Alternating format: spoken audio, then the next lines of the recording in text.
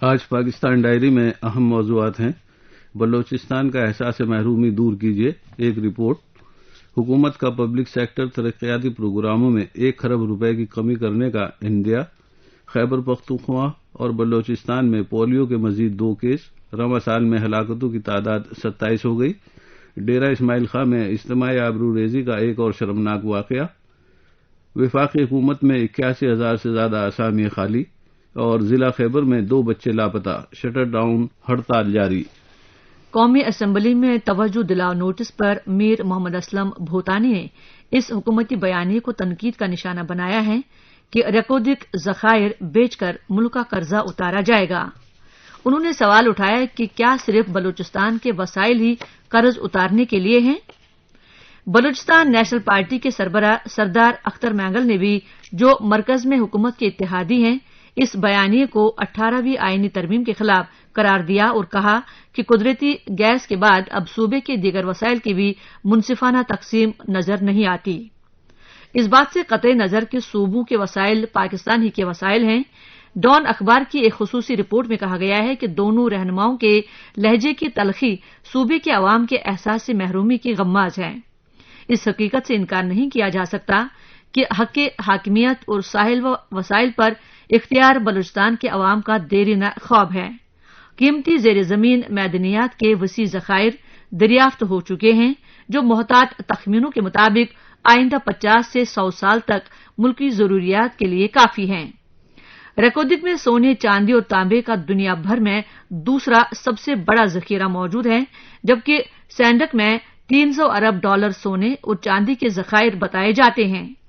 بلوچستان کا طویل ساحل آمدنی کا ایک اور بڑا ذریعہ ہے، مگر یہ وسائل تاحال صوبے کے عوام کی حالت نہیں بدل سکتے۔ سی پیک کے حقیقی فوائد کا بھی بلوچستان ہنوز منتظر ہے۔ بلوچستان سے نکلنے والی گیس اس کے 10% حصے کو بھی نہیں ملتی۔ معروضی حالات کا تقاضا ہے کہ بلوچستان کے وسائل اس کے آئینی حصے کے مطابق وہاں کے عوام پر صرف کیے جائیں اور اس سلسلے میں بلا تفریق صوبے کی تمام سیاسی قیادت کو اعتماد میں لے کر آگے بڑھا جائے۔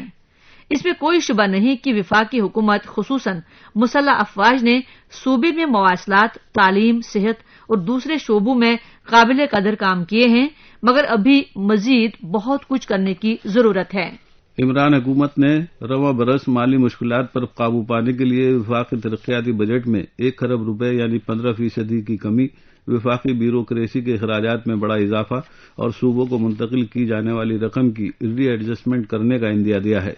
ڈان اخبار کی رپورٹ کے مطابق سیکریٹری خزانہ نوید کامران بلوچ کی جانب سے قومی اسمبلی کی قائمہ کمیٹی برائے خزانہ کے اراکین کو دی گئی بریفنگ میں کہا گیا ہے کہ حکومت رواں ماہ کے دوران سلسلہ وار اقدامات اٹھانے والی ہے تاکہ عالمی مالیاتی فنڈ IMF کی جانب سے اپریل میں $45 کروڑ کی قسط کے لیے دوسرا جائزہ مکمل کیا جائے۔ آئندہ مالی سال کی بجٹ حکمت عملی کے طور پر نوید کامران نے وفاقی بجٹ کی کچھ خامیوں پر روشنی ڈالی، جس میں پینشن کے اخراجات میں اضافہ، قرضوں کی ادائیگی کا بوجھ، صوبوں کو منتقل کیے جانے والے وفاقی فنڈز کی غیر مستحکم شرح اور سبسڈیز اور سپورٹ پروگرام کے مد میں غیر حقیقت پسندانہ رقوم مختص کرنا شامل ہے۔ قائمہ کمیٹی کے چیئرمین فیض اللہ نے میڈیا نمائندگان سے بات کرتے ہوئے کہا کہ بجٹ حکمت عملی کو جلد حتمی شکل دے کر کابینہ میں منظوری کے لیے پیش کر دیا جائے گا اور اس کے بعد جلد ہی اسے سینٹ اور قومی اسمبلی کی قائمہ کمیٹیوں برائے خزانہ کے مشترکہ اجلاس میں پیش کیا جائے گا۔ انہوں نے کہا کہ کمیٹی کو بتایا گیا ہے کہ 55 کروڑ روپے کے ریونیو ہدف کو کم کر کے 52 کروڑ 38 ارب روپے کر دیا گیا ہے اور مزید کمی کے لیے حکومت IMF سے بات کر رہی ہے۔ انہوں نے بتایا کہ رواں برس نان ٹیکس ریونیو کی صورتحال بہتر رہی اور 11 کروڑ کے ہدف کے مقابلے 8 ماہ کے دوران 10 کروڑ 25 ارب روپے اکٹھے ہوئے۔ چیئرمین قائمہ کمیٹی کے مطابق اجلاس میں بتایا گیا کہ public sector development programme budget ہدف کے 7 کروڑ 1 ارب روپے کے مقابلے 6 کروڑ روپے رہے گی۔ انہوں نے کہا کہ سیکریٹری خزانہ نے عندیہ دیا ہے کہ موجودہ مالی سال کے دوران بیرون ملک مقیم پاکستانی کمیونٹی اور سکوک بانڈ سے فنڈز اکٹھا کرنے کی کوشش کی جائے گی۔ کمیٹی نے مطالبہ کیا کہ بین الاقوامی منڈی میں تیل کی قیمت میں کمی کا فائدہ عوام کو پہنچایا جائے۔ اجلاس میں بتایا گیا کہ حکومت IMF پروگرام کے 3 اصولوں پر مکمل عمل درآمد کر رہی ہے، جس میں مرکزی بینک سے ادھار نہ لینا، خود مختار ضمانتوں کی حدود نہ توڑنا اور رواں کوئی ضمانتی گرانٹ نہ دینا شامل ہے۔ اس کے علاوہ سرکاری قرضوں اور ان کی ادائیگی کے منصوبوں کو آئندہ بجٹ میں عارضی طور پر مختصر مدت کی ادائیگی کو طویل مدت کی ادائیگیوں میں تبدیل کر کے مرکزی اسٹریم لائن کر دیا جائے گا۔ سیکرٹری خزانہ نے زور دیا کہ صوبوں کو انحصار کرنے کی عادت چھوڑ کر آئندہ مالی سال کے بجٹ میں آمدن پیدا کرنے والے نئے طریقے شروع کرنے پر غور کرنا پڑے گا۔ سیکرٹری خزانہ نے کمیٹی کو بتایا کہ حکومت کو 17 سے 22 گریڈ کے وفاقی اور صوبائی افسران کی تنخواہوں اور مراعات میں تفاوت کو دور کرنا پڑے گا، کیونکہ اس وقت وفاقی بیوروکریسی واضح طور پر گھاٹے میں ہے۔ روزنامہ ڈان کی خبر کے مطابق نیشنل انسٹی-ٹیوٹ آف ہیلتھ کے ایک عہدیدار نے کہا ہے کہ یونین کونسل UC کھیسرئی میں ضلع ٹانک کی تحصیل جنڈولا کی رہنے والی ایک 3 سالہ بچی کو اپاہج کرنے والی بیماری پولیو کے وائرس سے متاثر پایا گیا ہے۔ انہوں نے بتایا کہ بلوچستان میں ضلع نیز تحصیل چوب کی باسی UC بادنزئی بھی اس بیماری سے مفلوج ہو گئے۔ انہوں نے بتایا کہ بچے کو پولیو کے قطرے کی ایک خوراک بھی نہیں پلائی گئی تھی، کیونکہ اس کے گھر والے اس ویکسین کے خلاف تھے اور یہ خالصتاً ٹیکہ کاری کی مخالفت کا معاملہ ہے۔ پاکستان میں خواتین کی آبروریزی کے بڑھتے ہوئے واقعات میں خیبر پختونخوا کے ضلع ڈیرہ اسماعیل خان کی تحصیل پہاڑپور میں ایک 18 سالہ خاتون نے الزام عائد کیا ہے کہ انہیں 1 مارچ کو اس وقت اجتماعی آبروریزی کا نشانہ بنایا گیا جب وہ رات کو اپنی والدہ کے ہمراہ کمرے میں سوئی ہوئی تھی، جبکہ ملزمان نے انہیں قتل کرنے کی دھمکیاں بھی دی۔ SHO پہاڑپور انیس الحسن نے انڈیپینڈنٹ اردو کو بتایا کہ 3 مارچ کو متاثرہ خاتون نے اپنے بھائی اور والد کے ہمراہ تھانہ پہاڑپور میں رپورٹ درج کرائی، جس میں الزام عائد کیا گیا کہ 3 ملزمان نے 1 مارچ کو تقریباً 12 بجے کے قریب گھر میں گھس کر انہیں باری باری اپنی حفیظ کا نشانہ بنایا، جس پر پولیس نے فوراً FIR درج کر کے ایک ملزم کو گرفتار کر لیا، جبکہ مزید کارروائی بھی جاری ہے۔ واقعے کی FIR کے مطابق تحصیل پہاڑپور کے علاقے فخر آباد کی رہائشی خاتون کے ساتھ 3 ملزمان نے فردن ریپ کیا اور اس واقعے سے متعلق کسی کو بتانے پر قتل کرنے کی دھمکیاں دی۔ جب انڈیپینڈنٹ اردو نے تفتیشی افسر جمال الدین سے رابطہ کیا تو انہوں نے بتایا کہ معاملہ عدالت میں ہے اور پولیس اس سلسلے میں کارروائی کر رہی ہے۔ تفتیشی افسر سے یہ سوال کیا گیا کہ متاثرہ خاتون کی جانب سے الزام عائد کیا گیا ہے کہ ان کے ساتھ گھر میں گھس کر ریپ کیا گیا اور جان سے مارنے کی دھمکی دی گئی، تو پولیس نے مزید دفعات کے بجائے صرف ایک ہی دفعہ کیوں لگائی، تو انہوں نے اس کا کوئی خاطر خواہ جواب نہیں دیا۔ گرفتار ملزمان کے بھائی نے انڈیپینڈنٹ اردو کو بتایا کہ ہمارے خلاف خواہ جھوٹا کیس بنایا جا رہا ہے۔ اصل کہانی یہ ہے کہ خاتون میرے بھائی سے شادی کرنا چاہتی تھی، لیکن میرے بھائی کی کہیں اور منگنی طے ہو چکی ہے۔ خاتون نے میرے بھائی کی ہونے والی بیوی سے بھی کہا تھا کہ اگر آپ اس کے ساتھ شادی نہ کریں کیونکہ وہ اس سے شادی کرنا چاہتی ہے، جبکہ میرا بھائی ان سے شادی کرنا نہیں چاہتا۔ ایک سوال کے جواب میں انہوں نے مزید کہا کہ اگر میرے بھائی پر یہ کیس سچ ثابت ہو گیا تو ہم اس سے دستبردار ہو کر مدعی کے ساتھ کھڑے ہو جائیں گے۔ دوسری جانب متاثرہ خاتون کے بھائی نے انڈیپینڈنٹ اردو کو بتایا کہ اب تک ہم اس لیے چپ رہے کیونکہ ہم بہت غریب لوگ ہیں۔ میں گدھا گاڑی چلا کر اپنے خاندان کا پیٹ پالتا ہوں، لیکن اب کچھ مقامی افراد کے تعاون سے یہ بات منظر عام پر لا رہے ہیں کیونکہ ہمیں انصاف ہوتا دکھائی نہیں دے رہا۔ انہوں نے مزید بتایا کہ ان کی بہن ذہنی معذور ہے، اس کے ساتھ ریپ کے بعد انہیں دھمکیاں دی گئی تھی کہ یہ بات اگر باہر گئی تو انہیں جان سے مار دیا جائے گا، اور یہی وجہ تھی کہ انہوں نے اس خوفناک واقعے کے 3 روز بعد پولیس میں پرچہ درج کروایا۔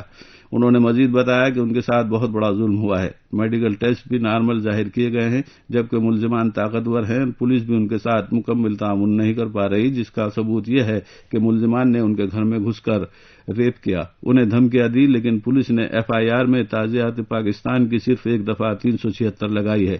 ہماری حکام بالا سے درخواست ہے کہ ہمیں انصاف فراہم کیا جائے اور ملزمان کو قرار واقعی سزا دی جائے۔ قانونی ماہرین کے مطابق اس کیس میں پولیس نے صرف دفعہ 376 کے تحت مقدمہ درج کیا، جبکہ جرم کی نوعیت کے تحت دفعہ 352، 511، 506 اور 34 کا لگایا جانا بھی ضروری تھا۔ دوسری جانب ذرائع کے مطابق DPO نے متاثرہ خاتون کے اہل خانہ کو بلا کر تفتیشی افسر کو حکم دیا کہ FIR میں باقی دفعات بھی شامل کی جائیں، جبکہ DNA کے ساتھ خاتون کا طبی معائنہ کروانے کا حکم دیا گیا ہے۔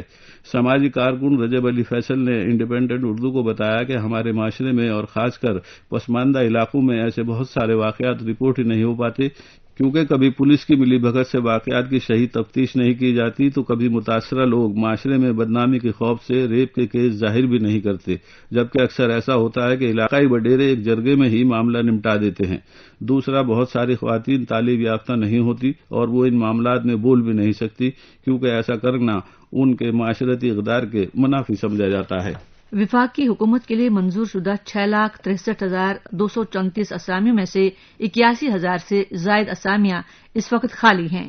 اسٹیبلشمنٹ ڈویژن کے جاری کردہ اعداد و شمار کے مطابق سال 2018-19 میں وفاق کی حکومت کے لیے منظور شدہ اسامیوں کی تعداد 6,63,234 تھی، لیکن اس میں سے 5,81,755 اسامیوں پر افسران اور ملازمین دستیاب تھے، جس سے ظاہر ہوتا ہے کہ مجموعی تعداد کی 12.29% یا 81,479 اسامیاں خالی ہیں۔ ڈان اخبار کی رپورٹ کے مطابق 3,99,265 ملازمین وفاقی حکومت کے 206 خود مختار اداروں یا کارپوریشنز میں کام کر رہے ہیں، جبکہ منظور شدہ اسامیوں کی تعداد 5,15,174 ہے، یعنی 1,15,909 ملازمین کی کمی ہے۔ گزشتہ برس 4,92,564 اسامیاں منظور شدہ تھی، جس میں 3,97,487 پر بھرتیاں کی گئی، یعنی منظور شدہ اسامیوں کی تعداد میں 4.59% اضافہ، جبکہ حکومتی اداروں میں ملازمین کی تعداد میں 0.45% اضافہ ہوا۔ اسی طرح پبلک سیکٹر میں ملازمتوں کی صورتحال میں گزشتہ 10 برسوں کے دوران سول سرونٹس کی تعداد میں اضافے اور کمی کا ملا جلا رجحان دیکھنے میں آیا، اور 2009-10 سے 2018-19 کے درمیان پبلک سیکٹر میں ملازمتوں کے مواقع تبدیل ہوتے رہے، تاہم گزشتہ 5 سالوں یعنی 2014-15 سے 2018-19 کے درمیان منظور شدہ اسامیوں اور ملازمین کی تعداد کے لحاظ سے وفاقی حکومت کا حجم اضافے کے رجحان کو ظاہر کرتا ہے، یعنی اوسطاً یہ شرح 5.96% اور 6.17% رہی۔ تقسیم کے اعتبار سے 13,347 سیکریٹریٹ ملازمین ہیں، لیکن 2,811 اسامیاں خالی ہیں۔ سب سے زیادہ تعداد میں اسامیاں منسلک ماتحت محکموں میں ہیں، جن کی تعداد 5,58,943 ہے اور 77,028 اسامیاں خالی ہیں۔ وفاقی حکومت محکمہ داخلہ سول آرمڈ فورسز کے باعث سب سے بڑا انتظامی یونٹ ہے، جس میں وفاقی حکومت کے کل ملازمین میں سے 39.76% یعنی 2,30,817 ملازمین کام کرتے ہیں۔